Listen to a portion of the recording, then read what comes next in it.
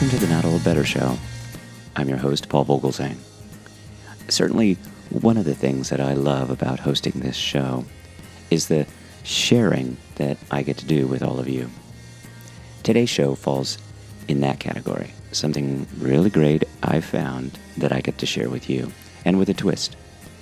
My hope is that you'll then share this with others, and I say that, request it actually, because of the help this can offer. Our guest today is John Moe.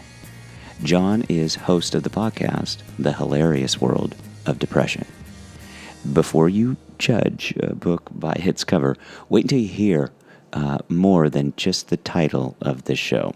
And remember, this is entertaining, but it's important stuff, so hang in.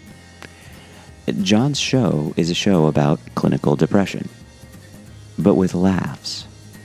The Hilarious World of Depression is a podcast series, really, of frank, moving, and yes, funny conversations with top comedians who've dealt with this disease, hosted by our guest today, veteran humorist, comedy writer, former actor, and self-described comedy nerd public radio host John Moe.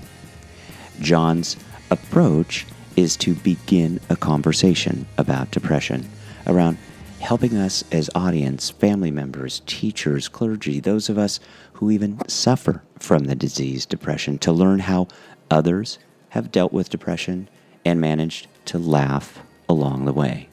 I say laugh, emphasize the title of Hilarious World of Depression, spotlight on John's comedy writing, because John's show looks at links between depression and comedy through conversations with nationally recognized comedians who share their struggles with mental illness and depression. And we'll talk a little bit today about who some of those guests are.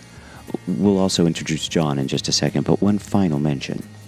It also bears noting that the show has a well-respected healthcare partner. John likes to say the Hilarious World of Depression is not medical treatment, should not be seen as medical treatment or a substitute for therapy or medication, but the MakeItOK.org campaign and the sponsor, Health Partners, are just that.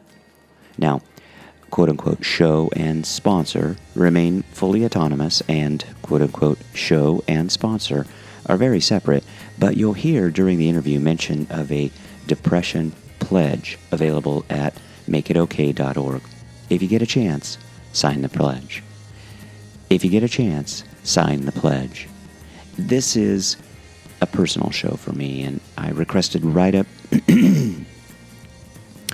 if you get a chance, sign the pledge. This is a personal show for me, and I requested right up front that you consider sharing this with others. I hope you do.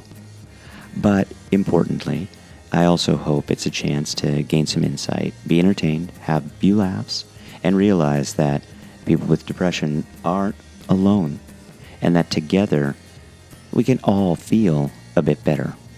Enjoy today's show. John Moe, welcome to the show. I want to say right out of the gate, the interesting thing about the name of your new podcast, The Hilarious World of Depression, is that for people who suffer from depression, we all know that humor helps, which may seem truly contradictory, but the problem, of course, is being able to, kind of find the humor, and you're doing that for us. You're providing the humor. What is it about humor that helps with clinical depression, do you think? Well, I don't think it's necessarily like a doctor-prescribed thing, but I've always found depression to be hilarious, and I've dealt with it for a very long time. But, it's this chemical imbalance in your brain that makes you not feel things or be numb to experiences or be, unable to get out of bed, and it's you who's doing it. It's not like you're being set up by some, outside force or burglar or conspiratorial organization. It's you battling against you. I think that's really funny. And I think too that there's this misconception that people with depression are, as one of our guests on the show said, middle-aged women looking out the window sadly into a rainstorm, as it's portrayed in the pharmaceutical ads. Right. But I laugh. I have a good time. I've been vigilant about treating my depression. I can feel how other people get to feel without meds and therapy. It's just a thing you have to adjust. So it's, part of what I want to portray on the show is people live full lives. They're happy, they're sad, they have successful careers, they have families, they have, they go bowling, they do everything. It's just they have this thing that needs to be addressed along the way, not unlike diabetes. And humor is one of those things that is very much a part of lots of depressed people's lives. And I just wanted to make people aware of that. Well, you've done a great job. I love it. And thanks. Yeah, of course. I really get the sense from comments that I've read online and tweets from some of your guests that it's hitting home. But maybe you could tell us a little bit about your background. And I'm curious too. It seems almost like there was maybe a strategy around the release of the podcast itself, kind of the timing, maybe a seasonal, kind of specific strategy. But tell us a little bit about you and kind of some of the strategy behind the show too. Okay, that's a lot of questions piled up. Sorry, I can go back and parse them out for you.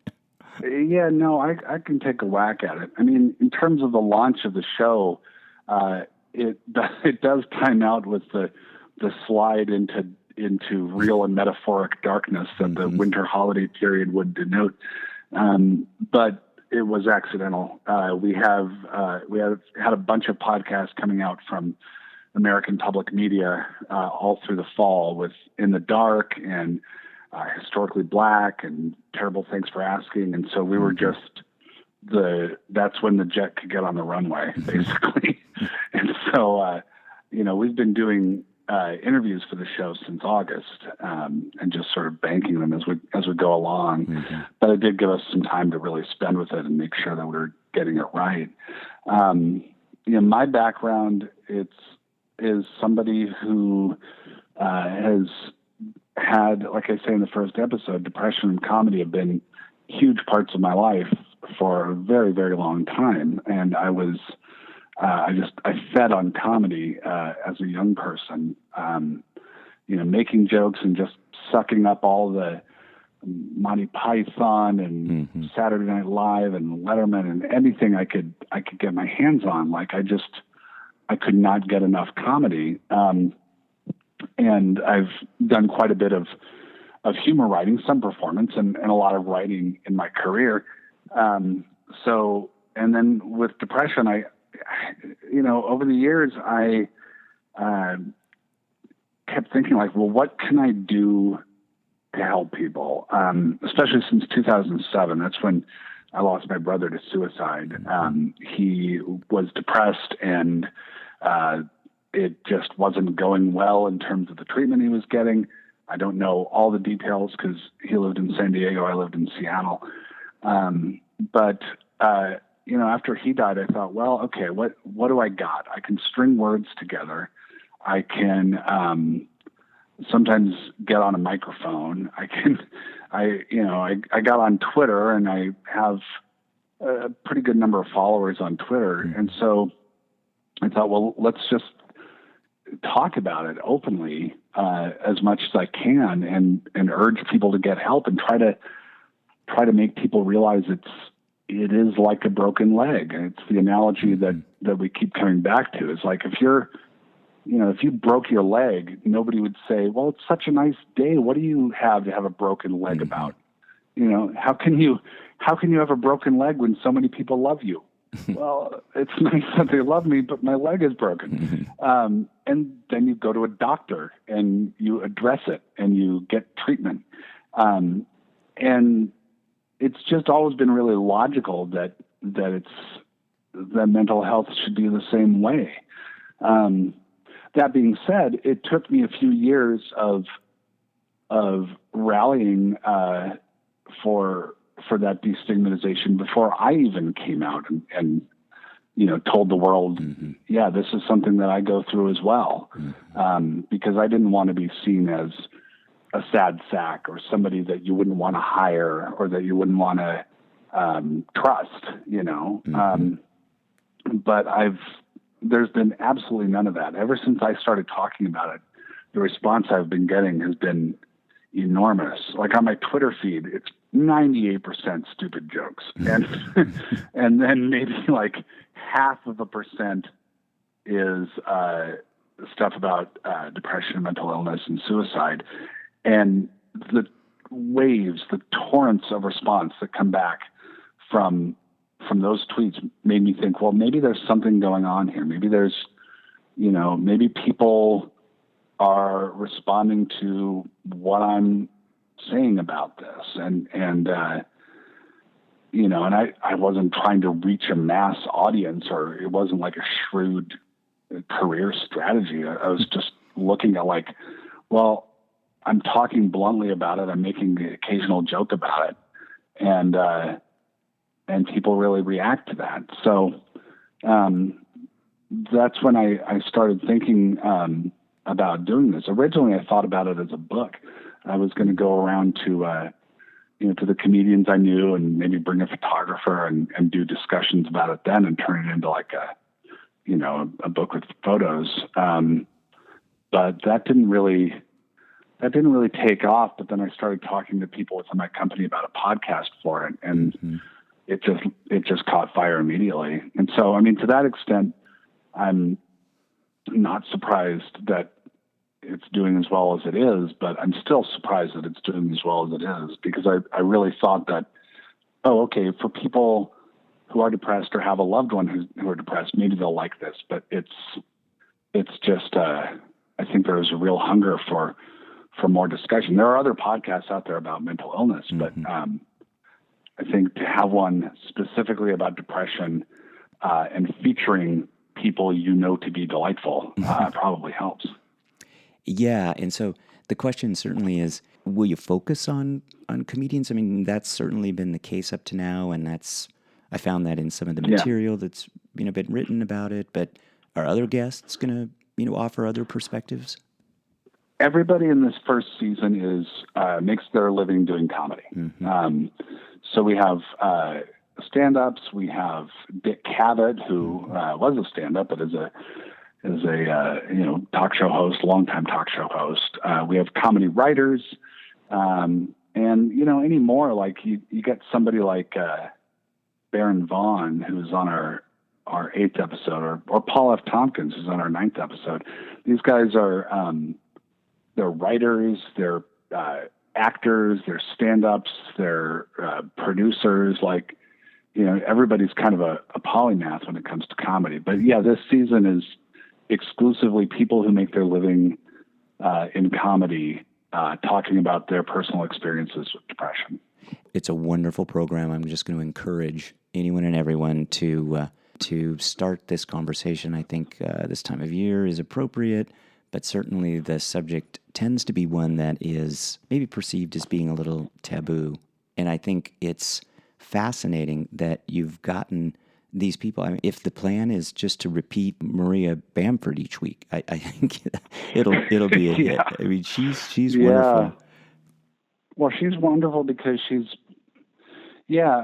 so self-aware of who she is, and she's honest about who she is. And what I realized early on talking to some of these comics was that these are people who make their living saying things and communicating things in a really concise and clear way that cuts through the fog and the BS and gets right into somebody's heart and into somebody's head. And that's the kind of bluntness and that's the kind of surgical precision of ideas that this issue needs. It needs to be, I mean, I've always said, like, I could find a medical expert who has studied depression for years and years and years, and they could probably tell me everything that's happening with the serotonin and all that, and that'd be great. I'm a geek. I would listen to that. But I thought I could probably reach more people if on the podcast title you have the name Maria Bamford or Andy Richter or Jen Kirkman or some of these other people, because it's going to go down a lot easier. Yeah. Well, I enjoyed Sam Grittner's story probably the most. It was a powerful one, and again, I'll just kind of I'm not going to give anything away from the program because I thought it was just wonderful. I thought the bit about the suicide and the note and your response just brilliant. I wonder though, that program, it almost was this ideally situated program as being kind of third in line, because suicide is one of the more difficult subjects really to kind of talk about anywhere. And you start off with Maria, and you start off with Peter Siegel, and then go to Maria, and then Sam comes in. Was there kind of a decision about that too, just being sensitive to kind of the subject that Sam talks about? Well, a little bit. It's funny, like when we were putting the season together, a lot of it just sort of made logical sense in the sequence with my producer and I. And I think we wanted to lead with some big names to kind of get the attention and to get that coverage.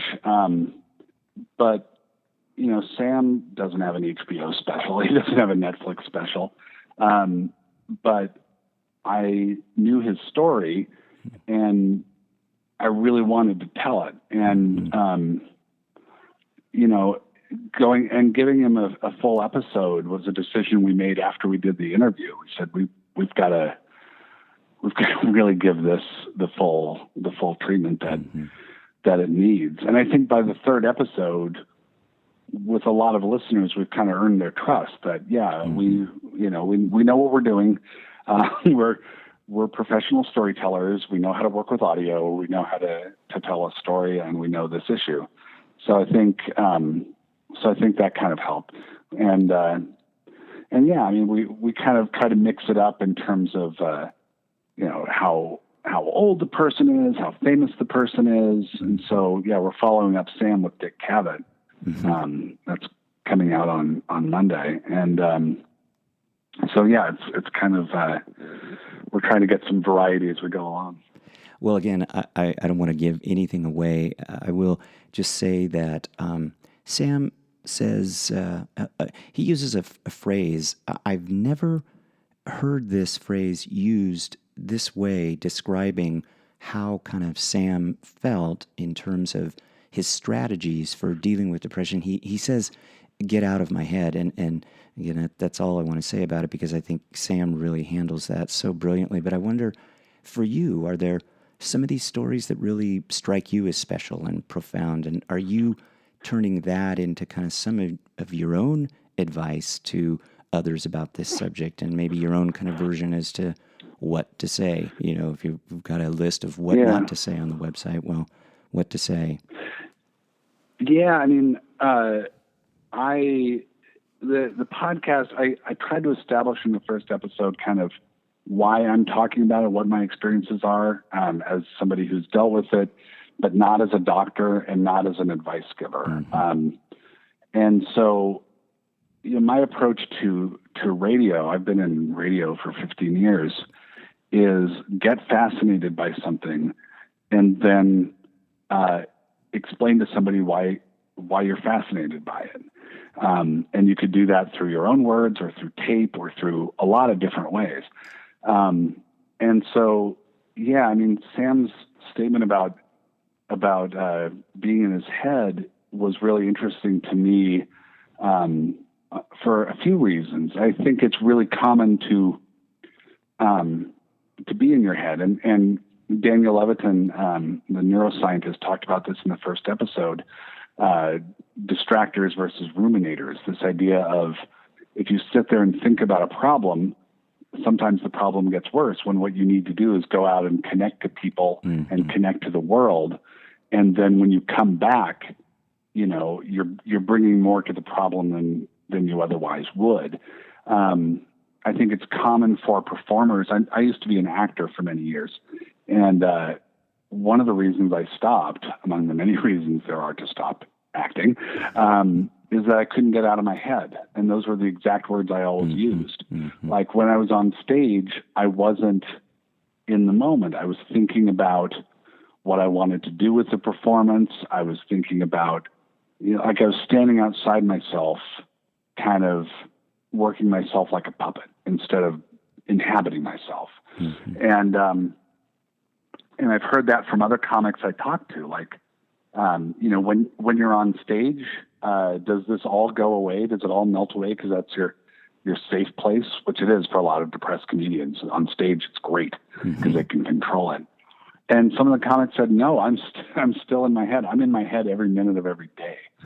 And, and then with depression, your head is not a good part of town to be in. So it can be really rough. So when Sam said that, it made a lot of sense to me. But yeah, generally, like I'm more interested in telling someone else's story than telling my own. There are plenty of things that people have said that are identical to my experiences and my thoughts that I just sort of let them coast by. The only exception I make that I can recall at the moment anyway is the Carol Burnett show.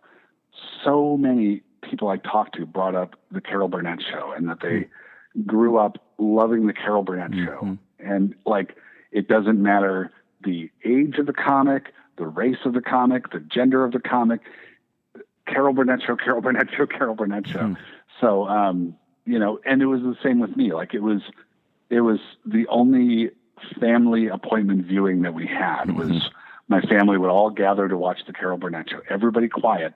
The Carol Burnett show is on. So apparently Ms. Burnett attracts depressed professional comedy folks. She was one of my favorites too, no question, still is. And certainly for my generation, those over age 59, it's well known, widely reported. MakeItOK.org even cites the statistic that 20% of the people over age 59 experience some type of mental illness or depression. And then I wonder, how do we work with policymakers? I realize that may not be necessarily part of the show's direction, but it seems like this form of intervention, the humor, being out of your head a bit, might be some form of the best intervention. And how do we get more to recognize it as that, and not just this kind of this myth and conquering the blues, maybe? Yeah, I mean, I like you said, I'm not really about public policy because I don't really know how that works. But I am about, I guess it's a grand term, but social change. I think it comes from, I think it needs to emerge as a societal decision in the same way that in the 1970s we said, hey, let's stop throwing garbage all over the place and let's put it in garbage cans. And there was a national reaction against littering, and it worked. Let's all decide together that Lake Erie being on fire is a bad thing. Right. And we've managed to get cleaner air and cleaner water. In the 80s, when I was in high school in the 80s, there was a movement where people collectively said, let's not drive drunk anymore because everyone keeps getting killed. And that movement was coming around when I was just getting my driver's license. And to me and people of my age, it just seemed like the most logical thing in the world. Like, of course you don't drive drunk. Because we had decided as a society not to do that. If there's a hat to throw in names for what our next societal decision is, let's normalize mental illness. Let's make it boring. Let's make it, no different than, oh yeah, that guy, he's got Lyme disease. Oh, that's terrible. Yeah, no, he's getting it treated. Oh, okay. And not, what horrible things is that guy doing wrong? What happened in his past that gave him Lyme disease? No, shit happens, So it's, and so I think that's where it's got to come from, and it's a lot of people speaking up who haven't spoken up before. Peter Sagal on our first episode, I was the first person he had talked about who wasn't a medical professional, and he very consciously wanted to come out and talk about it for the first time, and that's why he was our first episode of like, okay, here's somebody breaking the silence. Here's somebody who to be funny and lively and outgoing. He's got a hit show. He runs marathons. What could be better? Well, this part. Right. Yeah, and Sam reveals something very sincere and important to him during your interview, and I thought that was just that was very touching and powerful. I was struck too by the partnership with Health Partners and the makeitokay.org website. I think for all of the reasons that you just cited about kind of the logic behind talking about this and the conversation that has to happen, it just seems logical to me to have somebody like Health Partners. I don't know the company, but it seems like having that involvement also gives it this level of maybe more certainty. I mean, it's a show about, kind of hilarity and comedy, absolutely. But you also, you are a partner with a website and an organization that can really deliver some very important information. And so I'd love to know a little bit more, how that's going, if you can kind of share some of that. Sure. And if there have been some success stories. Certainly healthcare is a highly regulated industry, so how did they kind of live with you and you kind of with them? Well, they're a Minnesota-based organization. They're a health insurance company, and my company, American Public Media, is based here in Minnesota as well. So I think both parties had been looking for an opportunity to work together, like Health Partners to give to the community and to promote health, and our company full of people who are makers. And so I had a meeting with them last year, or maybe like January of this past year, and it was really smooth. Like I said, here's what I want to do. Here's a pilot that I had made, kind of a mock-up of an episode, and yeah, that's what we want to make. And they said, great, this fits in with our Make It Okay campaign. And we all agreed, like, oh, this is a 2-foot putt. And they weren't involved in the editorial at all. We were completely independent. But their support helped us do things like, I could have done the show with a bunch of phone calls and as my own producer. But it allowed me to hire a producer for the show and to do things like go to Sam Gritner's apartment in New York and visit with him there. And some, I went to Chicago, New York, and LA and recorded a lot of these interviews that I think, when you sit across from the person in a place that they're comfortable in, then you can get a lot out of a person in the interview. Well, it's a wonderful show, and John Moe, host of the program and podcast, The Hilarious World of Depression. It's brilliant, and I'm grateful for your time. Really, I have to say, from kind of my audience perspective, and I've talked about this subject of depression previously. I think what you're doing, John, is just so timely and so important and necessary. I just really encourage all of my listeners to go to the makeitokay.org site, take that pledge, begin these conversations, and pay attention to kind of some of these shows that you're doing coming up. Dick Cavett, I think, is going to be a wonderful one, but everything in the future is great, too. Well, thank you so much. Happy New Year. Thank you. Well, thanks so much, and good luck to everybody. Yeah, thank you, John. I appreciate your time.